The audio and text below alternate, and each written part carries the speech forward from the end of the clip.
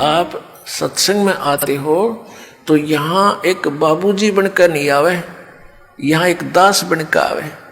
एक जैसे हॉस्पिटल में रोगी जाता है, चाहे वो कितना बड़ा अधिकारी हो, कितना बड़ा धनवान हो, जब उसको ये पता लग जाता है कि तेरी जांच में कोई गड़बड़ हो चुकी है और तेरा शरीर ठीक नहीं है, और उसको डॉक्टर के पास जाता है, डॉक्टर कहता है कि जाओ ये जांच कराओ, तो उसने उस पल की इंतजार रहती है जांच में के आवेगा। उस समय वो भूल जाता है मैं क्या हूँ, मैं कोई अधिकारी हूँ या सेठ हूँ। उस समय वो अपने को रोगी मानता है। ऐसा भाव आपका सत्संग में रहना चाहिए। यहाँ ऐसे रहने से क्या लाभ होगा? कबीर परमेश्वर की अमर वाणी है और इनकी अमर वाणी फाइनल है, जो ने कह दिया वो सत्य है। कहते हैं संत मिलन को आइए तज माया अभिमान, जो जो कदम आगे रखे एक एक यज्ञ समान। संत मिलन को चालिए और तज माया अभिमान, और जो जो कदम आगे रखे सो सो यज्ञ समान। अब देखो एक यज्ञ में कितना पैसा लगता है, और ये यज्ञ फ्री में होगा जब इस विधि से आप सत्संग में आओगे। अधीर बन के आवे, विनम्र बन के आवे, इस अहंकार रूपी राक्षस को कति खत्म कर दे, अपने पास से दूर कर दे कि बस दूर हो जाए, तू तेरा मेरा मेल रहा नहीं क्योंकि मैं भक्त बन गया। और ये राक्षस अहंकार जो है सबसे बड़ा शत्रु है हमारा।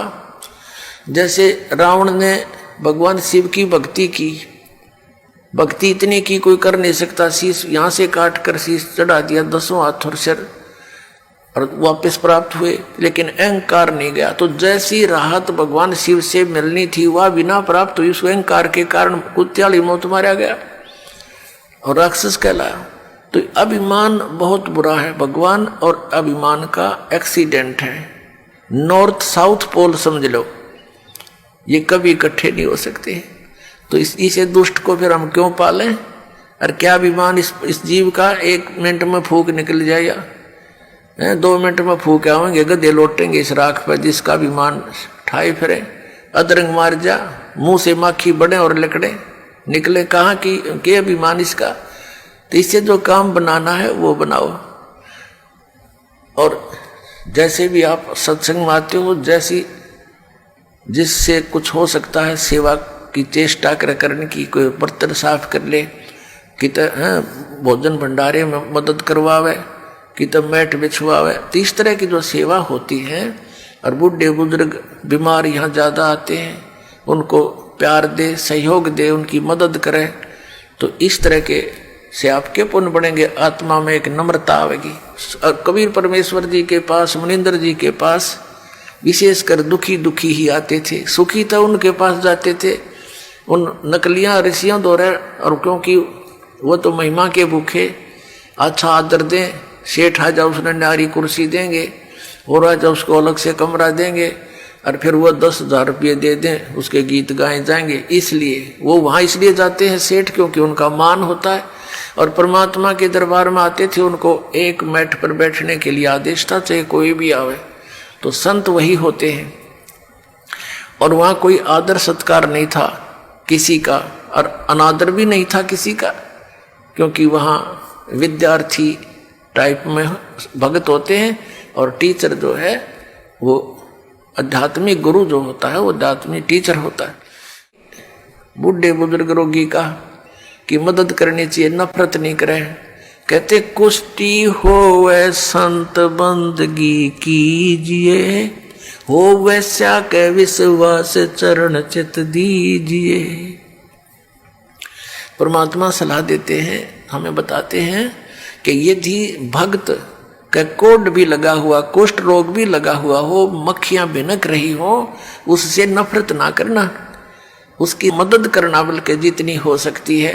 कुष्टी होवे संत बंदगी कीजिए, भगत को प्रणाम कीजिए, आपस में एक दूसरे को सत्साहेब, उसे नफरत करके मुंह फोड़ कर नहीं जाना चाहिए। और होवे स्या के विश्वास चरण चित दीजिए।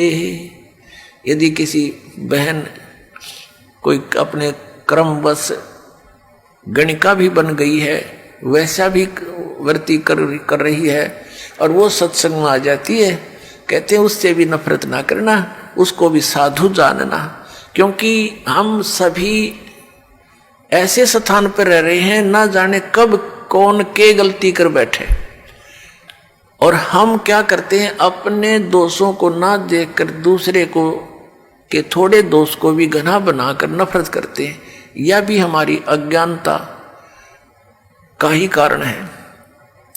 अब जैसे पुण्यात्माओं कोई चोर है, डाकू है और कोई दुराचारी है, यदि वो सत्संग में नहीं आवेगा तो उसको ये पता कैसे लगेगा ये पाप कर रहा है तू।